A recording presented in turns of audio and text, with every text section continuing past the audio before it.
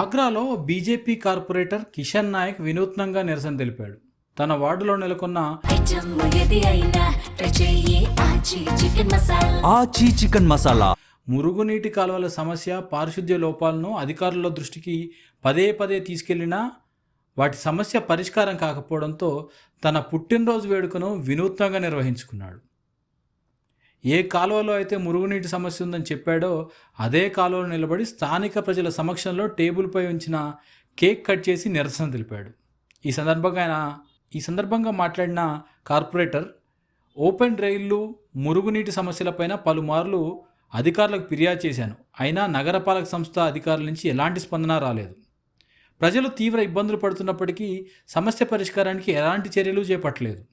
అధికారుల దృష్టిని ఆకర్షించేందుకే ఈ విధంగా నిరసన తెలిపానని కిషన్ నాయక్ వెల్లడించాడు. ఈ ఘటనకు సంబంధించిన వీడియో సోషల్ మీడియాలో వైరల్గా మారింది. ప్రజా సమస్యలపైన ప్రజాప్రతినిధి చేపట్టిన ఈ వినూత్న నిరసనకు కొందరు మద్దతు తెలుపుతున్నారు. దీంతో ఆగ్రాలో పారిశుద్ధ్య వ్యవస్థ లోపాలు, భారతీయ జనతా పార్టీ ప్రభుత్వం పైన ఉన్న విమర్శలు మరోసారి పెల్లుబిక్కుతున్నాయి.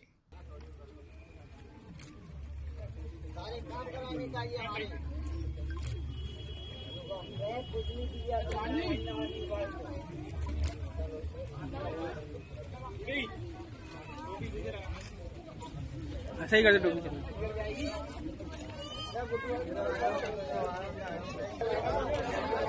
खिला दे